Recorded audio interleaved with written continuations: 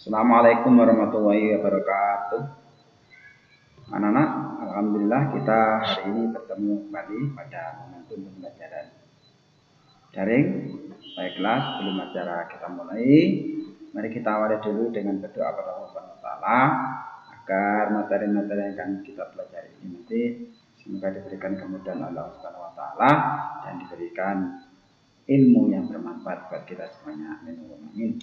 Ila hadratin Nabi Mustafa Muhammad sallallahu alaihi wasallam wa ila hadratin Syekh Qadir Al-Baghdadi wa ila Kiai Syekh Masyari wa ila muassis LPI Bensari Malang wa ila Bapak dan Ibu Dewan Guru Sekolah Malang siswa-siswi warga besar saudara dan Malang syari dan Al-Fatihah. A'udzu billahi minasyaitonir rajim. Bismillahirrahmanirrahim. Alhamdulillahirabbil alamin arrahmanir rahim maliki yaumiddin. Iyyaka na'budu wa iyyaka nasta'in. Ihdinas siratal mustaqim. صراط الذين أنعمت عليهم غير المغضوب عليهم ولا الضالين آمين. رضيت بالله ربا وبالإسلام دينا وبمحمد نبيا ورسولا ربي زدني علما وارزقني فهما واجعلني من عبادك الصالحين.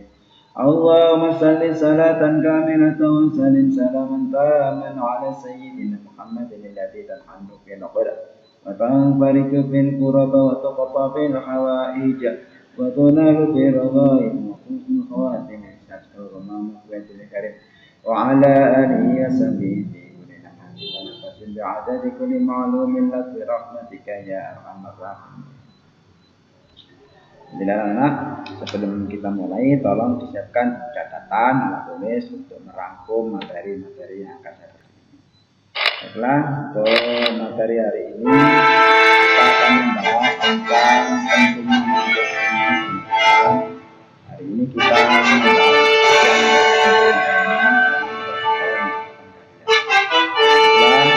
kita membaca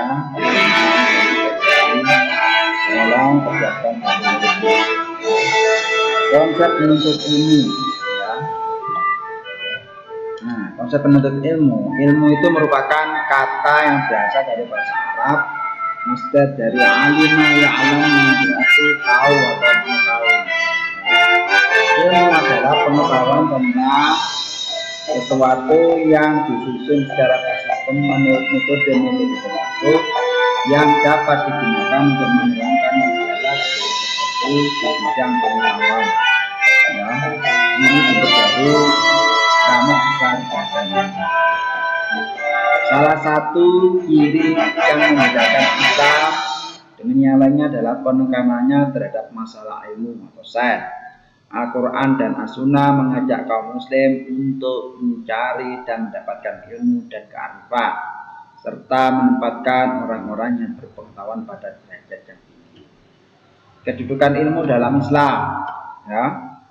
Kebahagiaan di dunia dan akhirat akan dapat diraih dengan syarat memiliki ilmu yang dimanfaatkan. Manfaat ilmu pengetahuan bagi kehidupan manusia antara lain: satu, ilmu merupakan cahaya kehidupan dalam kegelapan yang akan membimbing manusia kepada jalan yang benar. Yang kedua, orang yang berilmu dijanjikan oleh Allah akan ditinggikan derajatnya menjadi orang yang mulia serta orang-orang yang beriman. Yang ketiga, ilmu dapat membantu manusia untuk meningkatkan taraf hidup menuju kesejahteraan baik rohani maupun jasmani.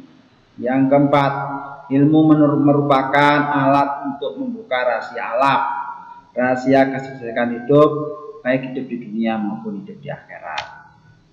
Ya.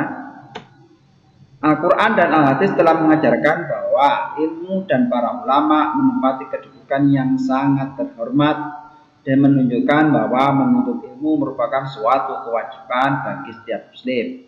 Hukum menuntut ilmu bagi muslim adalah fardu ain. Dalil-dalil mengenai hukum menuntut ilmu terdapat di dalam Al-Quran. Bismillahirrahmanirrahim. Ya ayyuhalladzina amanu idza qila lakum tafassahu fil majalisi fafsahu yafsahillahu lakum wa idza qila inshuzu fanshuzu yarfa'illahu alladzina amanu minkum walladzina utul ilma darajat wallahu bima ta'maluna khabir. Yang artinya, orang-orang yang beriman, apabila dikatakan kepadamu berlapang-lapanglah dalam majelis, maka lapangkanlah, niscaya Allah akan memberi kelapangan untukmu.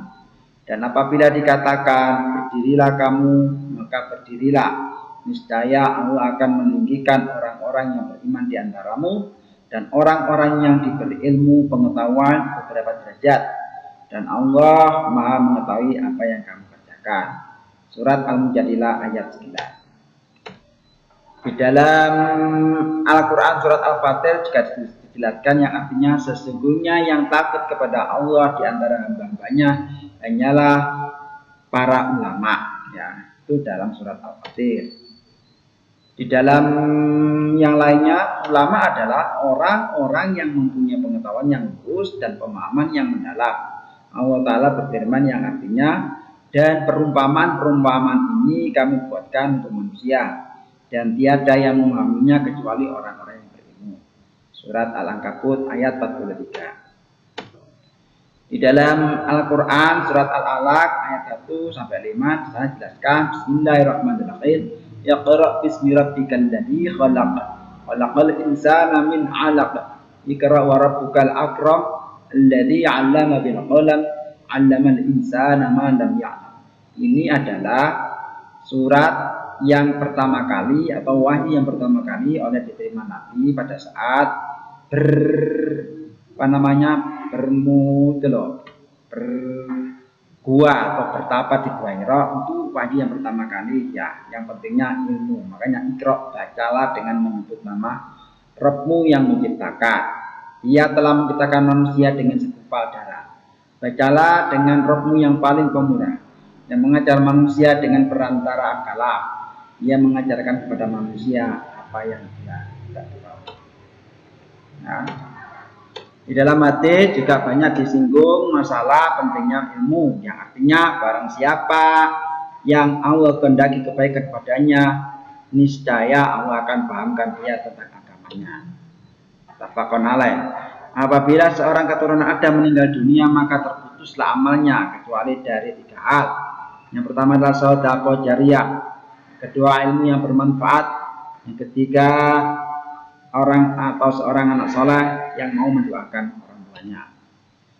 Dalam hadis yang lain juga menjelaskan mencari ilmu itu punya wajib bagi muslimin dan muslimat. Talabul ilmi fardhatun 'ala kulli muslimin wa muslimatin.